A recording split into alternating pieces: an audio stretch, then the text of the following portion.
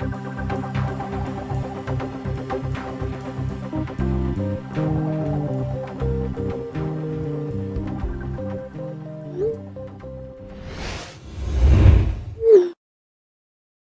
back to the Growing Band Director Podcast. This is episode number 156, special episode here. I'm coming from the great state of Idaho. This is with Del Hubers, who is a beginning band teacher, has been teaching for 39 years. And the guest host was Ron Stary. Now, this is a fantastic conversation about commissioning music for beginning band. You know, Del's thought over the years has been, there just is, we need more beginning band music. The younger the student, the younger the ensemble, the less you can do musically, the harder it is to get good music. That's why there's so much less music for a young band. Now, there's some great music out there. So what Del has done is basically commissioned at this point, I think it's around 20 or so new beginning band pieces by various composers, and it's a fabulous project that he does. So he walks us through how he does it, and we listen to a few of the pieces and the background behind those pieces and all that. So really looking forward to sharing this with you guys. I really enjoyed checking it out, and I will mention this is not our first remote podcast episode. The concept behind this is that so many band directors love having conversations and learning. Now, I love being a part of that, and I love leading this podcast, but I also love watching two other band directors getting together and talking shop about anything band. So I just want to say, we have unlimited resources when it comes to putting out content. If you have somebody you want to connect with and you want to just do a simple recording and get it to me, I'm happy to check it out. And if I deem it something I want to put out there, which of course I probably would, then I'm happy to create an episode on it. So I think this is a fantastic opportunity. If you are looking to maybe have a conversation with somebody and you'd like to share that conversation, I mean, more knowledge is better. So I'm happy to do more of these remote episodes for anybody who's interested in doing that. It's not a big deal. All you do is, record a conversation. And I'm looking forward to seeing more of those potentially in the future as well. So here's our commissioning music for beginning band series. Again, this is from the great state of Idaho with Ron Stary and Del Hubers. Enjoy. Welcome to the Growing Band Director Podcast. This is your guest host, Ron Stary, coming to you from South Dakota, what our host Kyle Smith calls the great state of Maine without the trees. Today, we're diving into the fascinating world of beginning band directing and commissioning works for beginning bands with a true band master and a master teacher, Mr. Del Hubers. Thank you to Kyle Smith of the Growing Band Director Podcast for helping us bring the phenomenal work of Del Hubers to everyone's attention. Del is going to share insights into his ambitious beginning band music commissioning projects today. He's a veteran teacher with a wealth of experience. He's a proud father. His son, Jacob, is a second-year band director in Sioux City, Iowa. Del is a church organist, choir director at Grace Lutheran Church, and the artistic director of the Rainbow Choir of Sioux Falls, South Dakota. Del is also a member of the Band of Band Directors marching Macy's Thanksgiving Parade on sousaphone, representing our profession. Del and I traveled together this past November to New York City to be part of the Saluting America's Band Directors Band.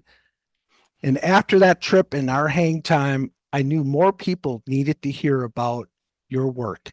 Welcome, Del. Well, thank you, Ron. I appreciate the opportunity to share some of the things that I've been doing over the past couple of years, and maybe some of my, things I picked up over the last 39 years of teaching band. So I appreciate the opportunity. Thanks so much. Yes, I love how you speak with passion, and we got this opportunity to let our band directors know that this is such a great profession, and you're a great model for it. We're excited to share with others the very cool beginning band commissioning projects you've been doing over these past 6 years or so, and your dedication to nearly 4 decades of music education.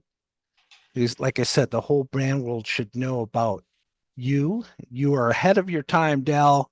You teach in one of the top school districts in the state of South Dakota, Brandon Valley, which has a long history of great bands, great community administrative support, and top-notch teachers. the former superintendent was a band director there before Yes. becoming superintendent. A bandmaster and Hall of Famer Bob Goheen, considered a mentor of mine, and Dr. Kevin Kessler, who is now director of the Pride of the Dakotas at South Dakota State University, was a band director at Brandon. Before we get into the details and the creativity of your commissioning you've been doing over those years there, Brandon, first, is there anything else you'd like to tell listeners about the overall program, what you've been doing there? Okay.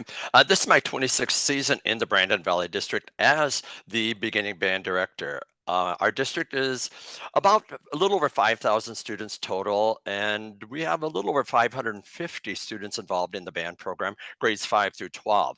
I'm fortunate enough just to work with the fifth grade beginners alone. I have a colleague that works with the sixth graders, a colleague that works with the seventh and eighth graders, and then another colleague that works with just the high school. I've been blessed to work with an administration that feels that the younger students should have the most time, since that's where we're laying the foundation, getting them started with solid habits. So I am really fortunate that uh, with the students that I have, we're at one building, all of our fifth and sixth graders. It's our intermediate building. We house about 700 students in our building, a little over 400 in the fifth grade. Each grade is divided up into four teams, with like four homerooms per team. So I have different beginning bands that I work with. From each team, like one band from the red team, a band from the white team, band from the blue team, band from the silver team, which I get to see twice a week for 40 minutes as a heterogeneous group. Then I also get to have one read rehearsal a week, a sectional, on Monday over their extended lunch recess time for another 40 minutes, a flute sectional on Tuesday, a button brass sectional on Wednesday, which is our trumpets, French horns, baritones, and tubas, the trombone sectional on Thursday with my 33 trombones, and then a percussion sectional on Friday. And then I also get to have one small group 20-minute lesson a week with the kids. So I see them contact time about 140 minutes a week. So I have 13 large group rehearsals and about 75 small group lessons during the course of the week. So that's the program that I get to work with. And then our sixth grade director has a very similar schedule. So by the time our kids get to seventh and eighth grade, they've had quite a foundation that the middle school director is able to build on. Like I said, this is my 26th season in the district. Right now, for like the last 4 or 5 years, I've had second generation students. I've had kids of former students, which is Yes. makes you feel a little old, but they know what they're getting into. I had their parents. It's so much fun when a kid, as a student comes up to me and says, "You had my mom in band years ago. Do you remember?" It's like, probably, maybe not, but the names are all familiar. So that's a situation that I'm working in. So Great. How many concerts a year are you doing with the fifth graders? our first big concert is our holiday concert in December. And then the sixth grade band director and I, we do a combined concert at the end of February. We put all of our fifth and sixth graders together. We do a district-wide concert in April with all band students, grades 5 through 12. We get up, line them up in a big circle in our high school gymnasium. Um, where each band plays individually. We work our way around the circle, and then we play a combined number at the end we'll have over 550 students performing on that concert this year. And then we'll do our concert in May where we'll premiere 7 brand new works written specifically for my group this year. So 4 major performances a year. Plus, they also play the recruitment assemblies for the incoming fifth graders. So we do those on a day in May where all the fourth graders come to tour the building, and we get about 25 minutes to sell our program to the incoming fifth Wow. graders. So I always tell my fifth graders that's one of the most important performances because that's where they're going to recruit for next year's beginning band as they move up to sixth grade level.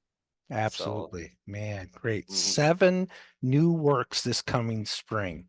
yes. Wow. Mhm. Okay. Yeah. So let's jump into that. The whole Okay. commissioning of beginning band works you've been doing since about 2016. Is that right? Well, that started, let's see, I'm on year 39.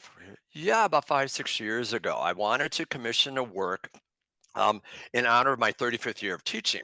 And I found a young composer, Tyler Grant, who I'm sure everybody knows about and has heard of Right. that young man, just phenomenal work. Contacted him through just connections. He was here in South Dakota directing a middle school all-state band. So that's how I got connected with him and talked to him about arranging a piece, one of my favorite works, the Largo and Finale from Dvorak's New World Symphony. But I needed a grade 1 portion for my 5th and 6th graders to play, a grade 2 portion for the middle school, and a grade 3, 4 portion for the high school. So, and they all had to be able to be played simultaneously and still have interesting parts for everybody involved. And he was just, just phenomenal to work with. And, I thought, this is a lot of fun. We did get to perform it a couple years later because of COVID. We didn't get to do it my 35th year, so we ended up canceling those performances, those big performances, for a year and a half. But we did get to do it. But in the meantime, I thought, if we can do this with, you know, a big group, I would love to be able to give back to the profession, which has blessed me with 39 years of Love giving it.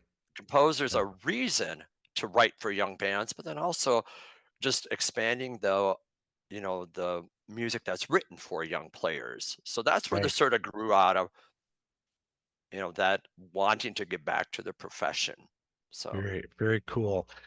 That's a great view of how you got started. And that was for the mass all school band concert with yes, these. the district How do concert, you get yeah. all those chairs and stands together? We have to do that. We perform that concert on a Monday because it takes all Sunday afternoon and evening to, Right. with band parents and Yeah. band kids, we get Wow. everything all set up, Love it. and Yeah. every music stand, every percussion from the every piece of percussion from the district all gets moved over, and we all go to the high school on that Monday morning. Each band, gets a few minutes to rehearse individually, and then Yeah. run through it once or twice, and then get up and do it at the evening concert. So. Wow. Fantastic. Mhm. So total number of commission works to date. We're at 19 right now, and a 19. number of them are already in print. So band directors can, go ahead and look at J.W. Pepper, or a lot of the composers I work with are just young composers starting out, and they self-publish on their own websites and stuff. So there's just a lot more pieces available. And I with writing for young players, I think it's probably the most challenging, writing a grade point Yes. 5 piece, because I don't want to say limitations, but yeah, when you can only use 6 notes, half notes, whole notes, quarter notes, maybe repeated eighth notes, and to still make everybody's part exciting to play and listen to, I think is a real challenge. If you're working a grade 4, grade 5, and you got so many things at your disposal that you can put Exactly. in, to come up with something that exciting for these young players, because um, you can have the greatest high school program, but if we don't keep these kids involved through that beginning first and second year, it doesn't matter how good your high school program is, because once you've lost them, to get them back into your program, I think is almost impossible. So, Yeah. I want to give my beginners an opportunity to play some fun music, challenging music, exciting music, just to keep that motivation fed So, into yeah. the next year. So you've You know, seen that kind of be an improvement in recruitment and retention the retention commission is, project? Yeah. I think so, yeah. Wow. It's sort of hard to tell, from one year to the next, Okay. if that's the reason kids are continuing. Right. Um, a lot of our kids have older siblings that have gone through the program, so they've already been introduced to the program. They sort of know what we're doing here in Brandon Valley. Right. But I do have a lot of young families that this is their first child in band and stuff. So I really want to give them a really super positive experience right away from the beginning, to keep them hooked, as they move Yeah. through the program, with all the neat things they get to do as they progress over the years. Yeah. So It's great motivation. How does the funding work for such a sustaining, continuous project with these uh, commissions? um, I fund them out of my own pocket. Wow. Um, Not there's everybody's capable of doing that. So that's no, no. uh, I My sixth grade colleague and I offer a summer band program for our kids for about 4 weeks and stuff. and we charge a very minimal amount. We want kids to be involved and stuff, and whatever, you know, I make off of that, I just turn that around and use that money to commission new works, and the other I just comes out of my pocket.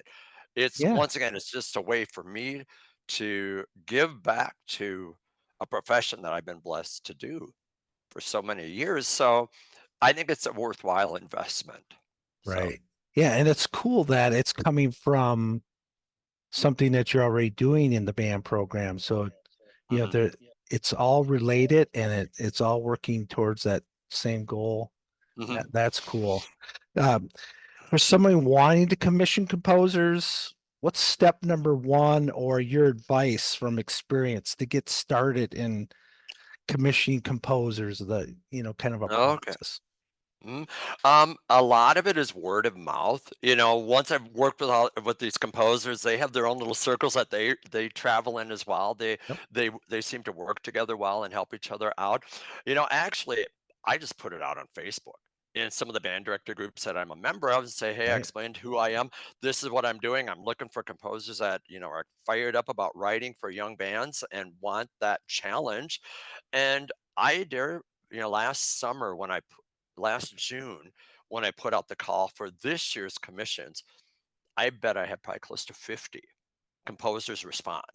They'll send me, links to their website, or, links to works that they've already done, both, with young, beginning works and more advanced, so I can get an idea of what their style is and stuff. Right. And yeah, it takes weeks to comb through all of the response that I get, which is awesome. Yeah. If there's that many people that want to participate in a program like this and want to add to that beginning band repertoire. Very And cool. it's been really, educational for me to work with a wide variety of composers. I've worked with very established composers, Randall Standards, Carol Britton Chambers, Heather Huffell, just a number of composers that have, really demonstrated their skill level at writing for all these different age levels. But it's also very rewarding to work with the young composers, just to sort of mentor them. They'll send me works and we'll go through it together. It's like, this Oh, might work. This is a great thing. This might not work. That's not quite the range of that beginner, you know, point 0.5 piece yet or something right. like that. So So it's they're been they're really, not band directors per se, just kind of mm, s- out of the pedagogy of beginning band, and you have to guide them it's through that. Well, it's both. Okay. Some of the composers that I work with are actually in the field, like, that they are teaching at the same time. So they really have a grasp as to Yeah. what, that Exactly. grade level is capable of doing, or, how to push them just a tiny bit past that comfort level, to add a few more skills to their tool belt and stuff. And some of these are composers that are still maybe in college yet, working on a composition degree and stuff, and just really like to have that hands-on experience, because I can hand this music to my kiddos and say, we can read through it and find out, hey, let's maybe tweak this just a little bit. Yeah. And, so it's I think a great way for them to learn as well, Mm, because most, if they don't have like their actual band to try stuff with, right. just having that real world experience, Right. I think is important for them too. Yeah. It gives them. That isn't it true that every band director has their own kind of reading lab? You can put it Why? out, you get immediate feedback. Oh, Yeah. that doesn't work. Yeah. Okay. Yeah. Yeah. In fifth grade It's band, it's all sight reading. it's all You know, siren. it's all sight Boy, reading. Yeah. I love that. Isn't it true? So it's the process starts in June for the next Mhm, academic year. Are there some of mhm. the bigger name or other composers that you really wanted that, took longer, or, did you have to start sooner for them, or Um, yeah, some of them, they've already got this year's schedule made up, and then you get put on a waiting list and stuff. And that yeah, had happened with one of them. She was already booked and just didn't want to take on too much, and I respect that. That they want to do yeah, quality work and not overbook themselves and have to quick crank out something that's probably not a their so I appreciated that, her candor with that I'm booked now, but I will definitely put you on my schedule for next year, and we made it work.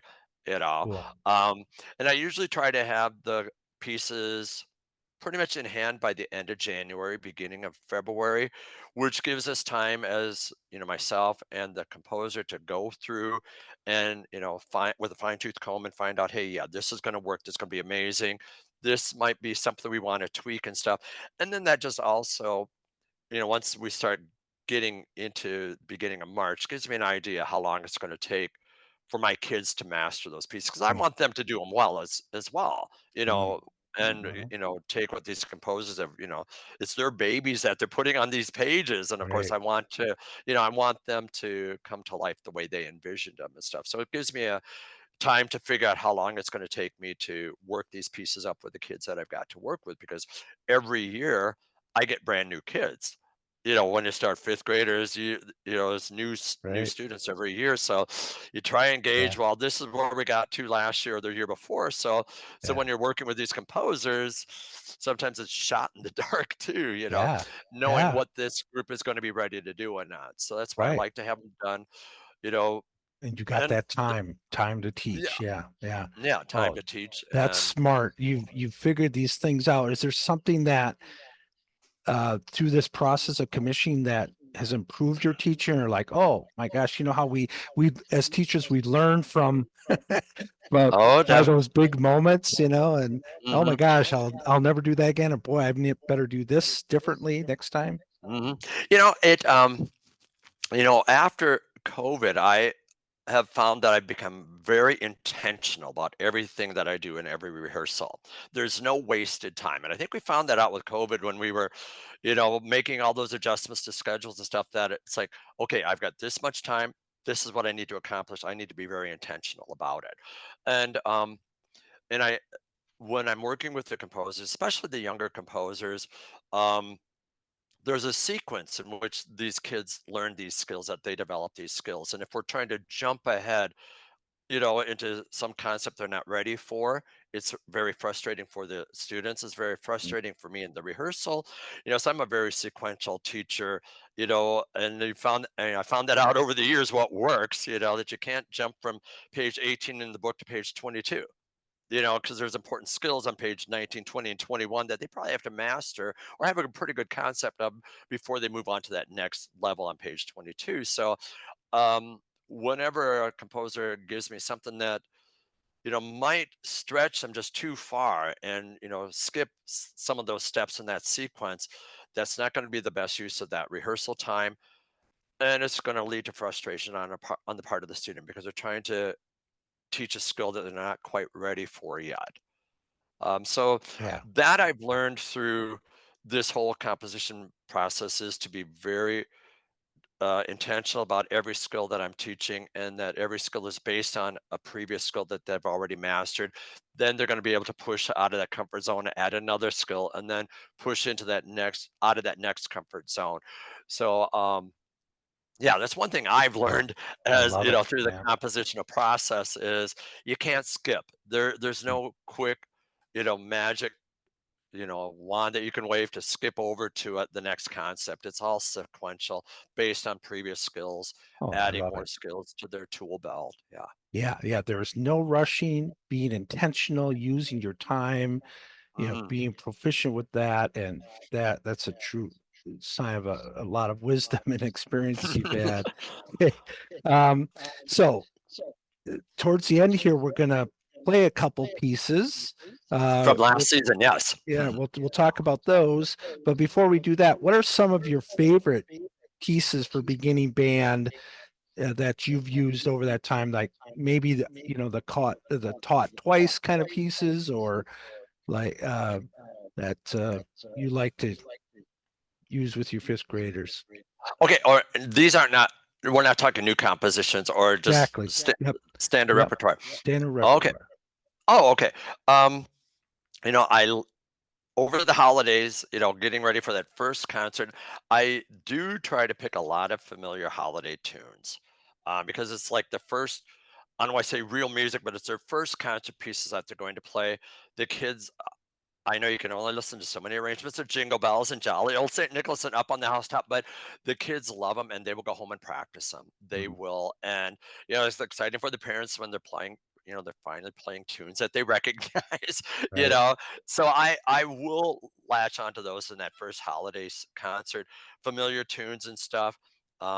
One of my favorites is an old Warhorse, "Holiday for Basses," which features your low reeds, your low brass section. I love that piece, because so often times that melody will lie in our flutes, clarinets, upper Oh, trumpets, so and true. I'm a low brass player from way back when in the 70s, and I got really good with whole notes and half notes. Trust me, I was wonderful at those. Then Yeah. all of a sudden, you get into more advanced music, quarter notes, eighth notes. Oh my gosh, what are these? And one of the going back to the composition um, uh, project is every piece, every instrument has to have the melody at some point. Everybody's got to Right. have an interesting part. Everybody's got to get a shot at playing the tune. Growing up playing whole notes and half notes, I still stuck it out because I love band, but I don't want my fifth grade tuba players to just get to play whole notes and half notes. They got to play eighth notes. They got to play melody. Same thing with my young baritones and trombone players. They've got to start working on that slide technique with those quicker rhythms. We can't build that technique if the music doesn't call for it. You know, Absolutely. And it's not yeah. sequential. It like you said, it has to be done as Hmm. you build those skills, and they need that just as much as the treble To clef instruments. yeah, Absolutely. to reinforce them and get a chance to perform those. Yeah. Yeah. So I use a lot of familiar holiday tunes over on that first concert. There's others that I've used. Just to teach. Fun was just Snowflake Dance, which teaches a light staccato bouncing and stuff. I like to pull that one out. Um, Len Yeah. Orsino has a great one, Gingerbread Men on Parade, dealing with crescendos and decrescendos, where the last four measures just get progressively softer and softer and Okay. softer. The parade is going off in the distance. So it's a Oh, great one for yeah. teaching those Fun skills. to teach You know, that. s- Yeah. so Kids get those into are those stories and they those they concepts. They do. enjoy that just as much as the They high school kids. Mhm. Yeah. And a lot of times I'll ask them, it's like, well, what do you think, the music is trying to portray here? We're telling a story. And, so we talk about that in rehearsal too, so they can start to Yeah. picture that in their mind. This is what we're trying to get across to the audience and stuff. And Yeah. so, Well, man, have to come back to you like in the fall and before winter and revisit because we're not going to touch too much of, love to hear your sequencing, your hmm pedagogy. So let's hmm look at and listen to a couple. okay. Okay. We only have a few minutes left. Can you give us an introduction to Ants by Carol Okay. Britton Chambers that Dell Yeah. Hubers commissioned? Little Okay. introduction. Um, All right. I love this piece that she wrote for us last year. It's got a lot of dynamic interest, a lot of dynamic contrast. It's got a lot of different articulations. We could focus on regular tonguing, legato tonguing. So there's slurs, there's accents, there were staccatos. There was also changing meter. She went to 4/4 2/4 4/4. The beat stayed the same, but it was an opportunity to introduce that whole concept of not every piece is in 4/4 time. It's, a 2/4 time. Um, I love the interesting percussion parts she wrote. That's another thing that I ask from all of the composers that I work with is we need stuff to keep those percussionists busy, but also to challenge them musically, not just snare drum, bass drum. I always have bell parts added, mallet parts, timpani parts. Um, Sometimes that percussion section I think can get sort of lost in the back, and we don't always focus on developing that total musicianship from them as well. So that's just another thing that um, I know we sort of got off on a tangent there, but I want all of the composers that I work with to include a lot of and exciting percussion parts. And another thing that I loved about Ants was everybody got a chance to play that melody at some point. So that's that introduction to Ants. Very cool. All right, let's take a listen.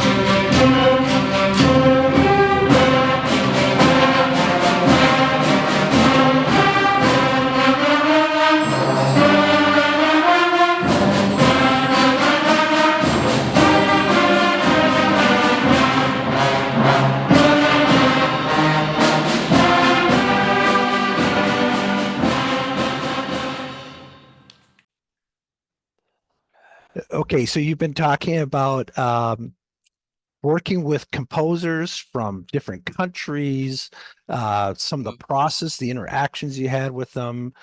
mhm, And I thought it was really cool how you said, it's not, and I'm paraphrasing here, it's not your strength. Yeah, it's not something you would find easy to do, but you find it's fascinating. And could you talk a little mhm, bit more about that interaction, that that's made you grow and mhm. those experiences? Yeah, I love taking what the composers have on the printed page and bringing it to life with my kids, but I have no idea the process of actually the creative process of putting it down on paper. So it's been really interesting. This whole project has allowed me to work with composers from all over the United States, Canada, even Europe. One of the pieces that we performed last spring, "Journey Through the Galaxy," was written by Alexander Carlin from France, and it is just really exciting for my kids and myself that hey, we've got some composer that's how many thousands of miles away writing a piece just for us, and the kids just really buy into that when hey, this piece is written for us and we get to perform it first and then the rest of the world can, so the kids really buy into it. Mm. This hey, this is a piece with us, and they're excited that the Brandon Valley Intermediate School fifth grade band title is on that piece, Yep. commissioned for, and so they really take ownership of it then too, Yeah. which is great. They buy into it, they want to do well, they want to learn the pieces because when I'm working with the composers, I will talk about the strengths of which group the group that I'm working with, so we can really showcase them. Um, but yeah, visiting with each composer, just how they go about that process of coming up with a melody and how they put it on the printed page is just really fascinating. I learn a lot that way as well because that's not where my strength lies. Just that whole creative part, that part of my brain doesn't work, I guess. Bringing it to life with the kids does, but Right. getting it on paper, I clueless. Cool. You had we were talking earlier about a piece that you did with Daniel Fisher and your two cat lovers, and Yeah, can you talk about yeah, that one? It's kind of a neat, unique performance yeah. piece, Mhm. Danielle Fisher also, I got into contact with her. She came up to South Dakota Music, no, Bandmasters a couple years right? ago, and I met with her. And she had written a piece for the conference and stuff. And so she and I visited about that. And through the course of our conversation, I don't know if it was June or July that summer, we both have cats. I'm usually a dog person, but we have cats right now. And so we were, comparing notes about what cats do and stuff, and so she sort of took that and ran with that whole idea of cats and wrote a piece called Catastrophe is the name of the Clever. piece. Yeah. And she also added actions to it. So when we performed it, I had three of my band kids act out the parts of the cat. So she had used certain percussionists to imitate the sound of the cat scratching on a post or something like Right. that, and the cats sneaking through the house and stuff. And then there was one part where they had like a water bottle or something at the edge of an end table, and and as cats do, they sort of nudge, everything has to fall off the edge of that table, Right. Right. cats, just exactly what I'm talking about. Mhm. So she had written this piece, would include, the cats sort of doing that. And then I'd stop and look at the cats, and we'd have a grand pause in the piece, and the Grand cats just pause. Yeah. do it. Yeah, grand pause. And she even wrote that in PAWS, Yes. Right. So and Zora, you got that in. yeah, so and Mm. and the kids just they ate that up. And then and then there got to the point where the cats finally pushed it off, flung it off the stage and stuff. And there's this crashing going on in the percussion section, which had a time, and it was just really, really creative, just fun things that the composer was able to do that my kids were able to do and really related to. So it was, just some fun, fun pieces that, grade one piece that, they could act out and stuff. And, you know, put it together and performed it at our last concert in May last year.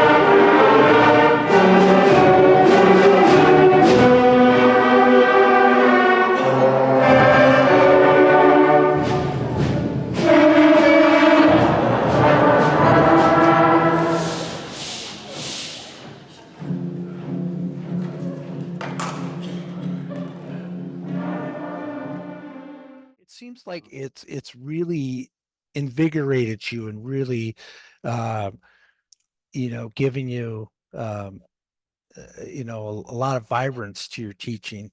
Is that observation off or close? That is correct. Yeah, after when you work with fifth graders for so long, and I love the fifth grade level. Otherwise, I wouldn't still be doing it. I love that, the enthusiasm that they show, and you see Right. progress every week from one week to the next. Hey, they're doing this week, and they maybe couldn't do it last week, so I just feed off that. Just there, you see constant progress every time you see them, and it just, but it can also, I don't want my teaching to become stagnant because I'm doing the same thing year after year after year. So one of the things that has just allowed me to keep my teaching fresh is by having these projects where it's music that, I feel like I have some sort of input into, working with these young composers or even the established composers, but it also, I can infuse that same energy into my kids too and my rehearsals with the kids, because if I'm not excited about the piece that I'm working on, it's going to be hard for me to share that enthusiasm or get my kids enthusiastic about it. So it's just a way for me to keep my teaching fresh after so many years and not getting burned out because I'm just doing the same thing over and over again. Sure, it's a lot of the same concepts we're teaching each year, but it's new kids and new ways to go about it. And I think that's important for anybody, just to keep their teaching fresh and just to keep that enthusiasm going every day. It's not the same thing every day because there's something new. You're always working on new music, and yeah, Yeah. it helps keep me going on after 39 years. Yeah, I love it, Dal. Just visiting with you in New York and having coffee Mhm. together up here in South Dakota, just all the elements that you're talking about are what we consider just great teaching and great culture, great program, teaching with intention, uh, teaching with purpose, having kids buy in, Yes. all these elements we hear that are parts of great programs. You're emulating that. Mhm. And so glad that we get to share this with more people. Mhm. Um, so we'll wrap up here and do one last piece to listen to. Um, Okay. I want to thank Kyle Smith again and his growing band director podcasts. I love the line that he finishes his program with, and I think it applies to you and all my dear colleagues in South Dakota. Your students are very lucky to have a band director like you. Oh, thank I, you. I Thank you. love that line, I appreciate that. and and you definitely emulate that. So let's finish with last listening piece here, repertoire. Your commission piece called Black Hills Gold Rush. It's got Yes. South Dakota roots. Yes, it does. Written by a fellow band director out in Connecticut, Joel Connect. Um, and I love it when composers go that extra step to tie in the piece that they're working on with something local. He did his homework about Black Hills Gold Rush back in the 1800s, and he did a little history about it, wrote some wonderful program notes that we were able to include in the program, and that I shared with my students about all the everybody rushing to the Black Hills Gold Rush, name of the piece, and it's got this sort of an old west flavor to it. It's got I love this piece. Starts off with this big broad introduction, and then it goes into the fast rhythmic part. So we got a chance to work on tempo changes, which you don't always see in this grade one piece. So and he used a lot of syncopated rhythms. Everybody got that melody at one point or another. Yeah, he dug into the history of the Black Hills. My kids could relate to that, us being from South Dakota. And another thing that he included was a study guide, which I see a lot of composers are starting to use nowadays, where they give everybody gets a chance to play that melody. Everybody's playing the harmony part, so it really saves on rehearsal time because you can, hey, let's all work on that melody because you're all going to get it somewhere, or the accompaniment part or something. And it really helped us. When composers do that, just to isolate those teaching opportunities, so that way everybody gets a chance to work on it in unison. And then when you see that in your part, hey, we already worked on this. This is that warm up that we worked on and stuff. So it just helps the students make that connection between warm-ups and the actual literature, because sometimes I don't think they always make that connection. You'll work on rhythmic warm-ups, and then you'll run across that same rhythm in a piece, and it's like, you realize we just worked on that a little earlier, and so I'm like, oh yeah, and I was like, Ah, yeah, you get that yeah, aha moment, and exactly. you know, Yep. so and that was just a fun piece to put together.